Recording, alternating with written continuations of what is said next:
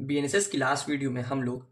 Non cognizable offence को पढ़ रहे थे, यानी कि इससे पहले हम लोग ने कॉग्निजेबल ऑफेंस को देखा था, फिर उसके बाद हम लोग ने नॉन कॉग्निजेबल ऑफेंस को पढ़ा था, यानी कि कंप्लेन रिलेटेड प्रोविजन को हम लोग ने पढ़ा था, जिसमें हम लोग ने ये देखा था कि कैसे कंप्लेन के केस में मैटर को देखा जाएगा, कौन मैटर को रिफर करेगा, कौन इसका कॉग्निजेंस लेगा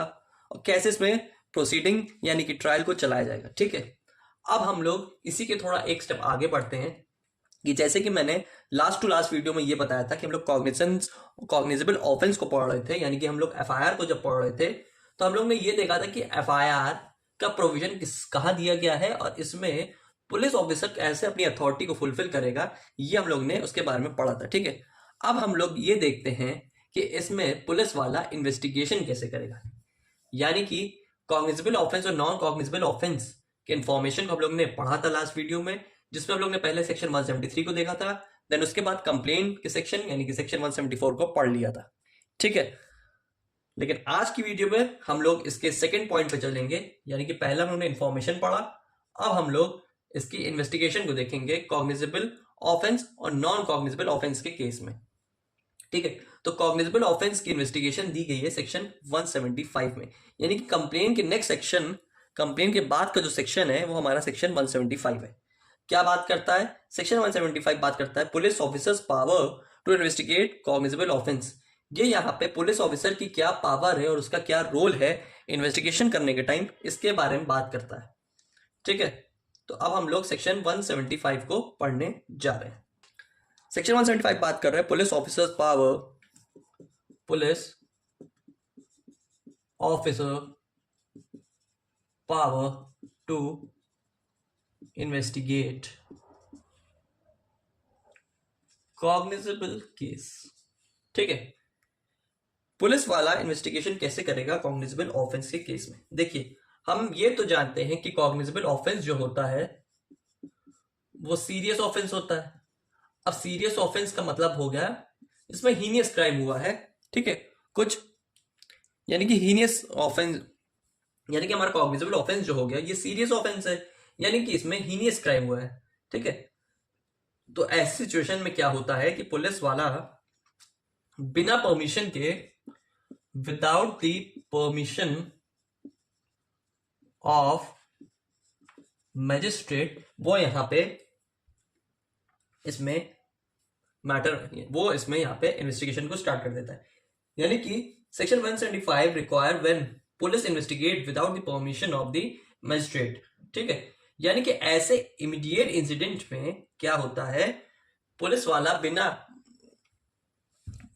बिना इसमें एप्रोप्रिएट परमिशन लेते हुए,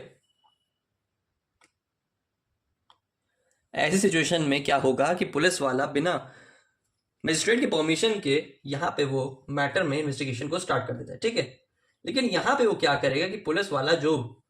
स्पेसिफिक सिचुएशन इन्वेस्टिगेशन कर रहा है, यानी कि पुलिस ऑफिसर जो स्पेसिफिक मैटर में इन्वेस्टिगेशन कर रही है, वो यहां पे एक अकरेंस रिपोर्ट, यानी कि जो स्पेसिफिक इंसिडेंट क्रिएट हुआ है उसके बारे में यहां पे वो मजिस्ट्रेट को जरूर बताएगी। ठीक है, यानी कि यहां पे वो उस स्पेसिफिक इंफॉर्मेशन को वहां पे मजिस्ट्रेट से कम्युनिकेट करेगी। ठीक है, यानी कि मजिस्ट्रेट का और पुलिस वाले का आपस में कम्युनिकेशन होना जरूरी है, जो किसके थ्रू होगा, अकरेंस रिपोर्ट के थ्रू। यानी कि जो स्पेसिफिक ऑफेंस, यानी कि कुछ सीरियस ऑफेंस उस स्पेसिफिक इंसिडेंट में क्रिएट हुआ है, वो जानकारी एक तरीके से as a part of communication, as a part of awareness वो देगा मजिस्ट्रेट, वो देगी पुलिस ऑफिसर किसको, मजिस्ट्रेट जी को। ठीक है, इसके बारे में यहां पे बताया जा रहा है। ठीक है, यह हमारा सेक्शन 175 का क्लॉज 1 हो गया। इसमें यही बताया जा रहा है कि any officer in charge of a police station में without the order of a magistrate investigate any cognizable case when a court have jurisdiction over the local area with the limits of such station would have the power to inquire into it और to try. ठीक है, देखिए यहां पे बताया जा रहा है कि मजिस्ट्रेट की वो नियरेस्ट जुरिडिक्शन में आ रहा है, यानी कि पुलिस वाले के जिस स्पेसिफिक पुलिस ऑफिसर ने उस स्पेसिफिक केस में इन्वेस्टिगेशन स्टार्ट किया है, अब वो जो मैटर अकर हुआ है वो उस लोकेशन में आ रहा है जहां पे उस मजिस्ट्रेट का जुरिडिक्शन बैठ रहा है, यानी कि यहाँ पे पुलिस ऑफिसर इस स्पेसिफिक क्राइम स्पॉट पे खड़ा है, यानी कि ये इंसिडेंट है, इंसिडेंटल एरिया, यानी कि ये एरिया में हुआ है क्राइम, और इसका जुरिडिक्शन भी इसी एरिया में लाई कर रहा है, यानी कि हमारे मजिस्ट्रेट साहब का इस स्पेसिफिक लोकेशन में वो जुरिडिक्शन मैच कर रहा है। तो वहां पे वो जो हमारा मजिस्ट्रेट है वो यहाँ पे उसके बाद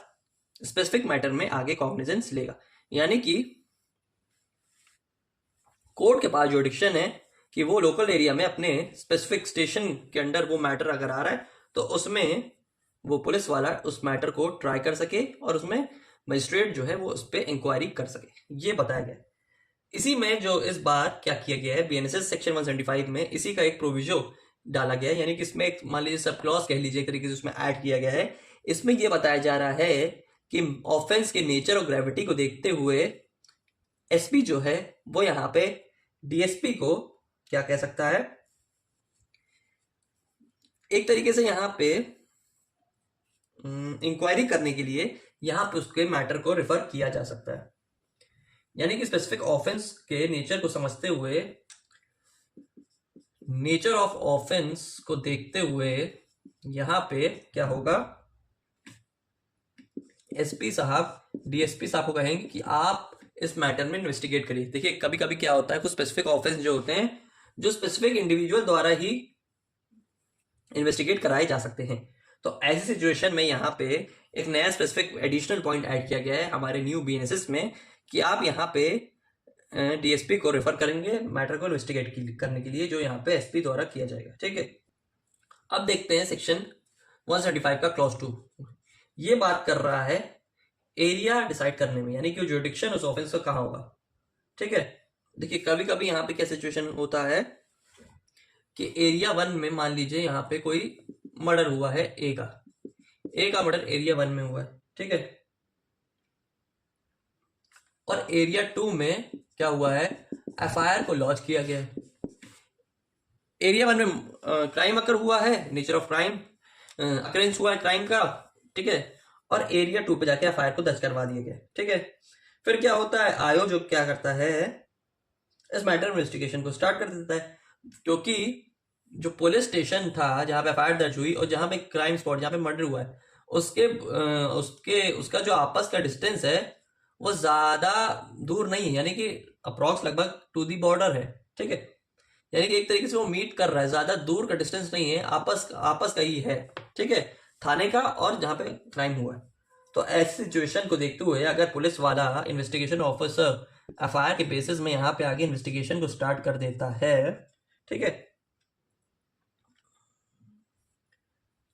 तो यहाँ पे तो वो एरिया 1 में उस जगह पे इन्वेस्टिगेशन के लिए पावर्ड नहीं है। ठीक है, लेकिन यहाँ पे ये देखा जा रहा है कि अगर जो एरिया पे ऑफेंस हुआ है और जहाँ पे थाने में एफआईआर दर्ज हुई है उसमें ज्यादा दूरी नहीं है। ठीक है, और ऐसी कंडीशन क्रिएट की जा रही है एक्सेप्शनल केस में कि यहाँ पे इनजस्टिस का फेलियर ना हो। ठीक है, इनजस्टिस ना हो किसी के साथ और मैटर में तुरंत ही इन्वेस्टिगेशन स्टार्ट हो। तो ऐसी सिचुएशन में पुलिस ऑफिसर ये जानते हुए भी कि वो पुलिस थाने, वो क्राइम सीन उसके थाने से ज्यादा क्लोज नहीं है, फिर भी वो स्पेसिफिक मैटर में इन्वेस्टिगेट कर सकता है। ऐसी प्रोसीडिंग को इरेगुलर प्रोसीडिंग तो कहेंगे, लेकिन ये क्यूरेबल है। ठीक है, इसको बाद में ठीक किया जा सकता है, इस पे कोई क्वेश्चन नहीं अराइज होगा पुलिस ऑफिसर यानी कि इन्वेस्टिगेशन ऑफिसर पे, कोई यहाँ पे उस स्पेसिफिक सिचुएशन में उसको पॉइंट आउट नहीं करेगा, क्योंकि उसे उसकी स्पेसिफिक नॉलेज नहीं थी। एफआईआर तुरंत लॉन्च करवानी जरूरी थी, वो इतना भी दूर नहीं था वो क्राइम स्पॉट उस थाने से कि आप टोटली एकदम अपोजिट चले जाए। ठीक है, थोड़ी बहुत आपस में रेलेवेंसी थी, तो ऑन दैट बेसिस यहाँ पे देखिए वो एम्पावर्ड तो नहीं है इन्वेस्टिगेशन करने के लिए, लेकिन वो फिर भी कर देता है, तो वो बाद में क्यूरेबल इनरेगुलरिटी की कैटेगरी में आ सकता है। ठीक है, अब चलते हैं सेक्शन 175 के क्लॉज 3 में।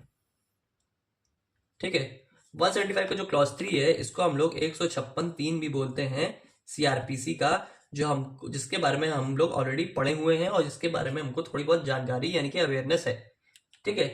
156 156 क्लॉज 3 बेसिकली एक तरीके की जुडिशियल रेमेडी हुआ करती थी, जो कि अब बन चुकी है 175 क्लॉज 3 के अंदर। चीजें वही हैं, बस सेक्शंस को बदल दिया गया। ठीक है, इसमें यहां पे बताया जा रही है दो तरह की बातें। ठीक है, यहां पे इसमें दो तरह की बातें बताई जा रही है। पहली इसमें रेमेडी हम लोग 173 क्लॉज 4 में देखें, यानी कि जब हम लोग एफआईआर का टॉपिक पढ़ रहे थे, ठीक है, तो वहां पे हम लोग ये देख रहे थे कि ऐसी सिचुएशन में अगर पुलिस वाला एफआईआर दर्ज करवाने से मना करता है, यानी कि एफआईआर का रिफ्यूजल करता है, तो ऐसे सिचुएशन में हम लोग एसपी के पास जा सकते हैं, यानी कि इसके सीनियर मोस्ट, इसके टॉप रैंक के पोस्ट के अधिकारी के पास जा सकते हैं, उनको एप्लीकेशन दे सकते हैं कि हमारी एफआईआर को लॉन्च किया जाए। ठीक है, लेकिन यहाँ पे अगर एफआईआर फिर भी नहीं लॉन्च की जाती है, ठीक है, एफआईआर को फिर भी नहीं लॉन्च किया जाता एसपी द्वारा, तो दूसरी यहाँ पे जुडिशियल रेमेडी हमारे पास मिलती थी जुडिशियल मजिस्ट्रेट की, जो हमको डायरेक्टली लिंक करती है 175 के क्लॉज 3 से, यानी कि 156(3) से। ठीक है, इसमें यहां बताया जाता है कि हम लोग क्या करेंगे कि अगर नॉर्मल एसएचओ भी एफआईआर दर्ज नहीं कर रहा है, एसपी को एप्लीकेशन दी, उसने भी एफआईआर को दर्ज नहीं किया, रिफ्यूजल कर दिया, ये जानते हुए भी कि ग्राउंड्स बन रहे हैं एफआईआर को रजिस्टर करवाने का, तो ऐसी सिचुएशन में वो स्पेसिफिक विक्टिम जुडिशियल मजिस्ट्रेट को डायरेक्टली एप्लीकेशन दे सकता है, और ऐसी एप्लीकेशन में वो उस रेमेडी को मांग सकता है। जुडिशियल मजिस्ट्रेट के पास वो एप्लीकेशन के थ्रू जा सकता है। ठीक है, जिसमें वो रेमेडी पा सकता है वो स्पेसिफिक इंडिविजुअल जो यहाँ पे एफआईआर दर्ज करवाने आ रहा है। देखिए, उस स्पेसिफिक सिचुएशन में जब हम अगर जुडिशियल मजिस्ट्रेट के पास जा रहे हैं जुडिशियल रेमेडी मांगने, तो ऑन दैट केस हमें यहाँ पे ये वाली एप्लीकेशन लेके जानी, यानी कि एप्लीकेशन ऑफ 173 क्लॉज 4, यानी कि एसपी को हम लोग ने एप्लीकेशन दी थी, इसका एक स्पेसिफिक कॉपी हम लोग लेके जाएंगे, प्लस एफिडेविट लेके जाएंगे कि यहाँ पे मैं जो भी कह रहा हूँ सारे होशो आवाज में कह रहा हूँ, सारे फैक्ट्स का मैं true and crystal clear statement दे रहा हूँ। ठीक है, और साथ ही साथ पुलिस ऑफिसर ने इसमें क्या किया है उसके बारे में भी इन रिटन होना चाहिए। तो on that case judicial magistrate अगर देखेगा कि यहाँ पे इसने पहले एसपी को एप्लीकेशन दी, एफिडेविट भी इसने प्रेजेंट किए जिसमें वो सारी बातें भी सच कह रहा है, ठीक है, पुलिस ने इंक्वायरी भी नहीं ठीक से की, तो ऐसी सिचुएशन में जुडिशियल मजिस्ट्रेट ऑर्डर कर सकता है पुलिस ऑफिसर को कि आप इसमें इन्वेस्टिगेशन करिए। ठीक है, तब यहाँ पे एफआईआर का कोई रोल इतना प्ले नहीं किया गया, क्योंकि यहाँ पे देखा गया कि एफआईआर पुलिस वाला दर्ज ही नहीं कर रहा है, सीधी तरीके से मना कर रहा है कि मैं नहीं दर्ज करूंगा। ठीक है, जाओ जो करना है कर लो। तो कभी कई बार ऐसे होता है ना, कई बार ऐसी सिचुएशन घटती है, ऐसी घटना घट जाती है, ऐसी दुर्घटना घट जाती है जिसमें हमारी पुलिस ऑफिसर द्वारा कोई मदद हमें नहीं प्राप्त होती। ठीक है, तो ऐसी सिचुएशन में क्या होगा, यहाँ पे क्या करेंगे आप, जुडिशियल मजिस्ट्रेट को एप्लीकेशन देंगे और ऐसे स्पेसिफिक डॉक्यूमेंट्स को सबमिट करने के बाद जुडिशियल मजिस्ट्रेट इन्वेस्टिगेशन के लिए ऑर्डर कर सकता है। ठीक है, देखिए सीआरपीसी तक तो इसमें यहाँ पे 156(3) में जाके ये हमारा 156 का सेक्शन खत्म हो जाता था। ठीक है, लेकिन यहाँ पे 175 में, यानी कि बीएनएसएस 175 में एक नया एडिशनल क्लॉज और ऐड किया, यानी कि 175 क्लॉज 4 को ऐड किया गया। क्या बात करता है सेक्शन 175 का क्लॉज 4, इसको समझ लेते हैं। यहाँ पे बीएनएसएस में न्यू प्रोविजन ऐड किया गया है। ठीक है, इसका नाम है 175 क्लॉज 4। ये सीआरपीसी में पहले नहीं हुआ करता था, इसमें डाल दिया गया। क्या बता रहा है कि यहाँ पे अगर कोई मजिस्ट्रेट को यहाँ पे कंप्लेन मिलती है किसी पब्लिक सर्वेंट की, ये पब्लिक सर्वेंट हमारा हो गया कोई भी स्पेसिफिक पुलिस अथॉरिटी, यानी कि मान लीजिए पुलिस ऑफिसर ही हो गया। अगर कोई इसकी कंप्लेन देता है मजिस्ट्रेट के पास कि ये पर्सन ठीक से अपनी ड्यूटी को नहीं निभा रहा है, ठीक है, ये इसी से इंटरकनेक्टेड है, 156(3) का ही एक पार्ट है, 175 क्लॉज 3 का ये पार्ट है, 175(4).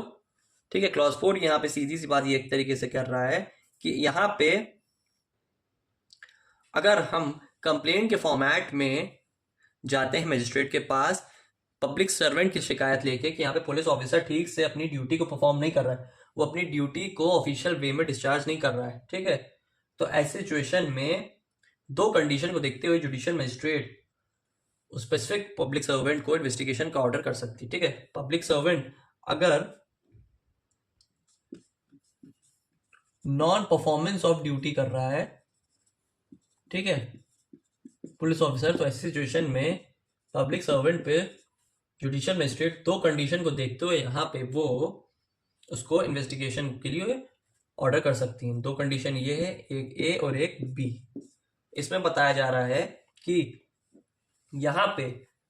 जो रिपोर्ट सबमिट की जा रही है, ठीक है, इसके सारे फैक्ट्स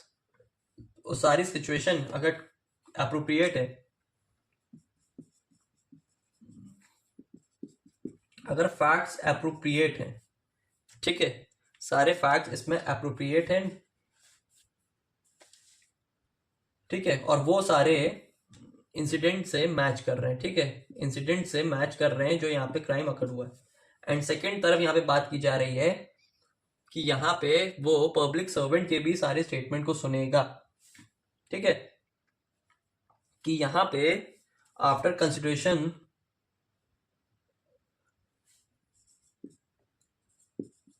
या आफ्टर फेवरिंग पब्लिक सर्वेंट,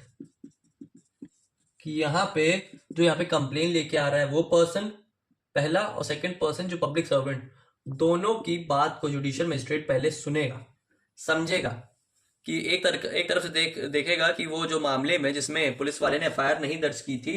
और ऐसे उस कंडीशन में यहाँ पे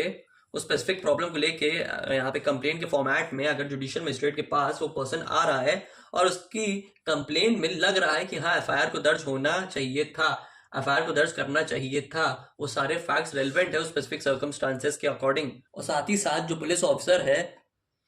उसकी भी यहाँ पे बात सच है, मान लीजिए दोनों कंडीशन में यहाँ पे,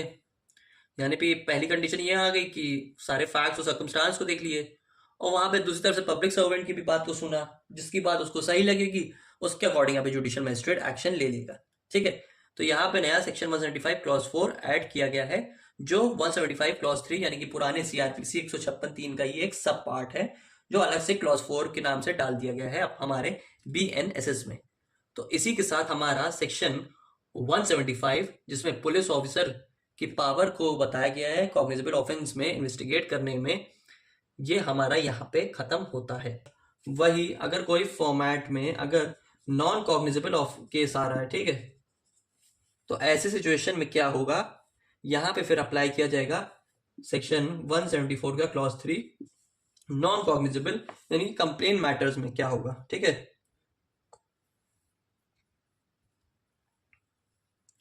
ऐसी सिचुएशन में भी क्या होगा, मजिस्ट्रेट डायरेक्शन पास करेगी पुलिस ऑफिसर को ये निर्देश देगी कि इस मैटर में इन्वेस्टिगेशन करो, लेकिन उस स्पेसिफिक इंडिविजुअल यानी कि एक्यूज को अरेस्ट नहीं करोगे। अरेस्ट तब तक नहीं करोगे जब यहाँ पे जुडिशियल मजिस्ट्रेट वारंट ना प्रोवाइड कर दे। इस सेक्शन को हम लोग ऑलरेडी सेक्शन 174 में पढ़ के आ चुके हैं। सेक्शन 174 का क्लॉज 3 बात कर रहा है कि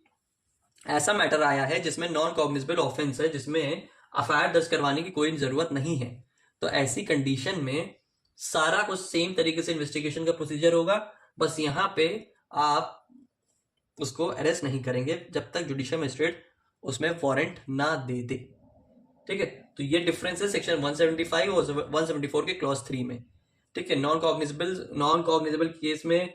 सब कुछ वैसा ही होगा जैसे कि कॉग्निजेबल केस में हुआ है, ठीक है। सारी पूरी प्रोसीडिंग उसी तरीके से कराई जाएगी, बस यहाँ पे बिना मजिस्ट्रेट के परमिशन के अरेस्ट हम कर सकते हैं, एक्शन ले सकते हैं, और यहाँ पे अरेस्ट नहीं होगा जब तक वारंट ना मिले। इसमें अरेस्ट विदाउट वारंट है और इसमें नो अरेस्ट विदाउट वारंट है, ठीक है। इसमें जब तक वारंट ना जुडिशियल मजिस्ट्रेट इसमें पास करे आप उसको अरेस्ट नहीं कर सकते, लेकिन कॉग्निजेबल ऑफेंस में अरेस्ट कर सकते हैं। तो ये था इसमें इन्वेस्टिगेशन का प्रोसेस कि इसमें इन्वेस्टिगेशन किस तरीके से की जाएगी।